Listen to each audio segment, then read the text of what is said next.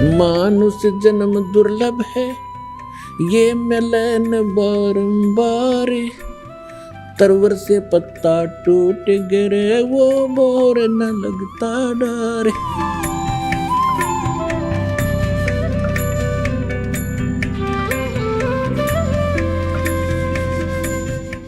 जिन महापुरुषों ने भगवान पाया उन्होंने हठ योग नहीं किए, 2.5 घंटे सुबह 2.5 घंटे शाम साधना नहीं की।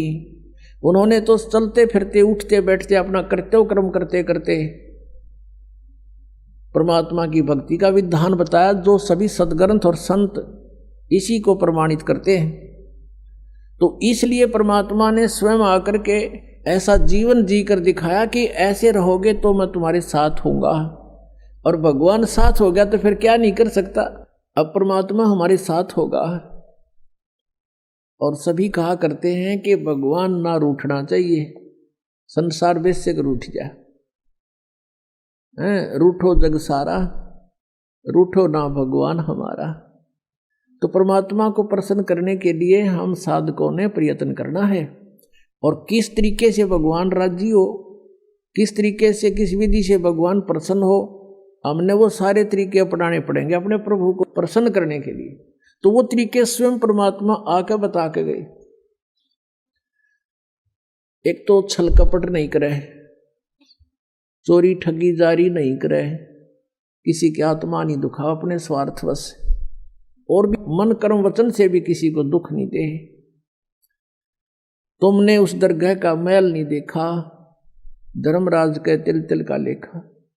हम मन में बुरा सोचते भी हैं किसी का, वो भी अकाउंट आपका लिखा जाता है। और यदि आप किसी का भला सोचते हो और आप कर भी नहीं सकते हो तो भी आपका गुड अकाउंट बनता है, अच्छा लेखा बनता है। तो हमने पहले तो अपने आप को बहुत सेट करना पड़ेगा। हम घने बिगड़ गए, एक दिन से नहीं, हम तो असंख्य युगों से बिगड़े हुए हैं। और अब हमें सेट होने का ये मार्ग मिला है, विधि मिली है, ये औषधि मिली है, जिससे हमारे अंदर के विकार जलेंगे। इस ज्ञान से हम सेट होवांगे और फिर सेट होवांगे तभी परमात्मा के निकट जाएंगे। क्योंकि हम सभी प्राणी एक ही परमात्मा के हैं, चाहे हाथी है चाहे चींटी है, राजा है या रंक है, हिंदू है मुसलमान या सिख या ईसाई है। इस काल ने हमें भ्रमित करके अलग अलग बना दिया। हम अलग हुए क्यों करें? क्योंकि हमने भगवान की चाह है, हमने भगवान पाने के लिए ही हम मुसलमान बने, परमात्मा पाने के लिए हम हिंदू बने, भगवान के लिए हम सिख बने, भगवान के लिए हम ईसाई बने, क्योंकि ईसा जी के वचनों का अनुसरण करने वालों को ईसाई कहने लगे। तो हम इसलिए अलग अलग हुए। अब हम बुद्धिमान हैं, पहले तो हम एक व्यक्ति पर आश्रित थे, किसी संत गुरु पर, उसने जो बता दिया हम सही मानते थे। अब हमारे सभी सदग्रंथ और जिन महापुरुषों ने परमात्मा पाए उनके विचार ये बताते हैं और उनके सब एक मेल खाते हैं। तो हमने अब उन भ्रमित वचनों को छोड़ना पड़ेगा, चाहे वो हिंदू धर्म के हैं, चाहे वो ईसाई धर्म के हैं, चाहे वो मुसलमान धर्म के या सिख धर्म के हैं, जो शास्त्र प्रमाणित नहीं है, उनको त्यागना पड़ेगा। और तभी हम भगवान के निकट जा सकते हैं। तो वो कौन से हैं, उसमें चाहे मर्यादा भंग हो, चाहे कोई धार्मिक हमारे लोग नाराज हो, इसकी परवाह नहीं करनी है। हमने अपना कल्याण करवाना। तो इस प्रकार हम उस परमात्मा के निकट पहुंच सकेंगे। उसके लिए क्या करना है? उसके लिए भगवान ने स्वयं आकर के हमें यही बताया है कि मैं जो रिहर्सल करके दिखा रहा हूं तुम ऐसे रहना। अब परमात्मा ने क्या क्या लीलाएं की। साईं इतना दीजियो जा मैं कुटुंब समावे, हम भी भूखे ना रहे अतिथि न भूखो जावे। यानी जो भक्ति हम करते थे, जो साधना हम करते थे, कि किसी ने भी कैसे ही बता दिया हम उसी तरह करने को तैयार हो जाते थे। अब प्रसंग चल रहा था कि ये सुबह 2.5 घंटे शाम में 2.5 घंटे बैठने का विधान ये संत मत का नहीं है, ये तो हठ योग है। और ये तो हजारों वर्ष करके देख लिया, इससे कुछ भी ना मिल रहा।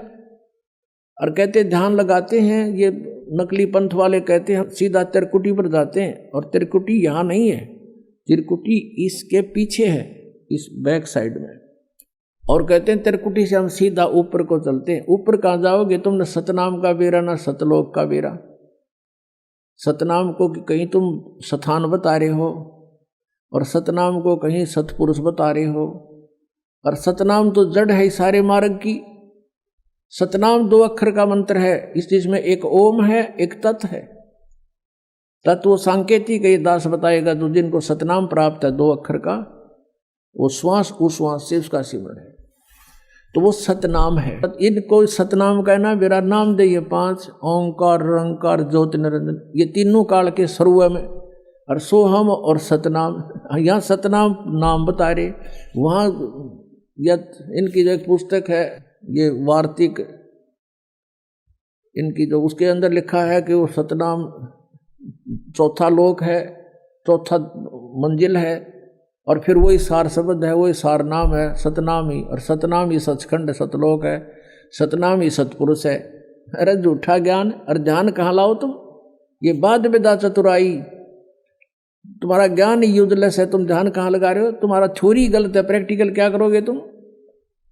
तो जिन भी महापुरुषों ने परमात्मा मिला, किन किन ने मिला? आदरणीय धर्मदास साहिब जी को, आदरणीय मलुकदास साहिब जी को, आदरणीय दादू दास साहिब जी को, आदरणीय नानक साहिब जी को, आदरणीय गरीबदास साहिब जी को, गांव छुरानी जिला ददर हरियाणा वाले को, आदरणीय घीसा दास साहिब जी को, गांव खेकड़ा जिला मेरठ उत्तर प्रदेश में। इन महापुरुषों ने परमात्मा पाया, और उन्होंने उनकी साधना देख लो उन्होंने कैसी की।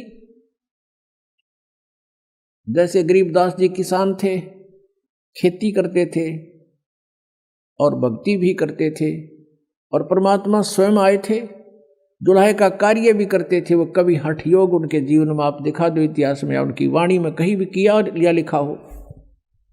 ऐसे ही आदरणीय नानक साहिब जी इस खेती करते थे, पहले तो नौकरी करते थे, वो नौकरी भी त्याग दी। जो भगवान से परिचित हुए, सचखंड जाकर वापस आए, वहाँ देखा भगवान को, सतपुरुष को, कबीर साहिब को, वापस आते ही सब नौकरी भी त्याग दी और 12 वर्ष तक परमात्मा का प्रचार किया इधर उधर घूम फिर के। फिर परमेश्वर का आदेश हुआ कि आप बैठ जाओ, आपका विरोध बहुत हो जाएगा, काल के दूत सक्रिय हो गए हैं, आप घर पे अपना साधना करो और आने दो समय, अब इस नाम को गुप्त रखना। नानक साहिब जी को कह दिया गया था कि इस सतनाम को, ये 2 अक्षर का जो मंत्र है ओम और दूसरा तत्, इन दोनों का जाप स्वयं नानक साहिब जी करते थे, लेकिन आगे किसी को ये नाम प्रदान नहीं किया और ना ही इस नाम का जाप करने का आदेश दिया, क्योंकि परमात्मा का आदेश था। जैसे कबीर परमेश्वर जी की वाणी में लिखा कि धर्मदास तो 1,00,000 दुहाई, ये सार नाम की तबार न जाई, ये सार नाम बार जो पढ़ी और बिचली पीढ़ी हंस नी तरही। धर्मदास तो 1,00,000 दुहाई, ये मूल ज्ञान कहीं बार न जाई, मूल ज्ञान बार जो पढ़ी बिचली पीढ़ी हंस नी तरही। मूल ज्ञान को तब तक छुपाई जब तक 12 पंथ मिट जाई। एक तो मूल ज्ञान है, जो ज्ञान मूल ज्ञान ये ज्ञान है जो अब दास आपके समक्ष रूबरू करा रहा है। एक मूल मंत्र है सतनाम सार नाम, इनको भी गुप्त रखना था, नित्यकाल के दूत सारे यही नाम देते मिलते, वो अधिकारी वो है नहीं, और जनता भ्रमित हो जाती कि वो भी वही मंत्र देते हैं, वो भी वही साधना बताते हैं। एक कोगल है, अब वो एक कोगल भी ना छोड़ी, परमात्मा ने सीधा बख्शी, वो उआ बाई बकते हैं, एंड वेंड के नाम देते हैं, और 5 नाम काल के जानो तब दानी मन शंका आनो। 5 काल आप पे कहे हैं, जिसको ये तुलसीदास हाथरस वाले को ये मानते हैं कि इन्हीं की कुछ प्रेरणा पा करके तो इस शिवदयाल जी जो थे इनके परम धनी, उन्होंने प्रेरणा पा करके साधना शुरू की थी, लेकिन उनका गुरु नहीं बताते वो। तो वो 5 नामों को काल का बताते हैं, ये 5 नाम पर गाटा जोड़ रहे, तो ये कहाँ जाएंगे? ये सीधे काल के मुख के अंदर है।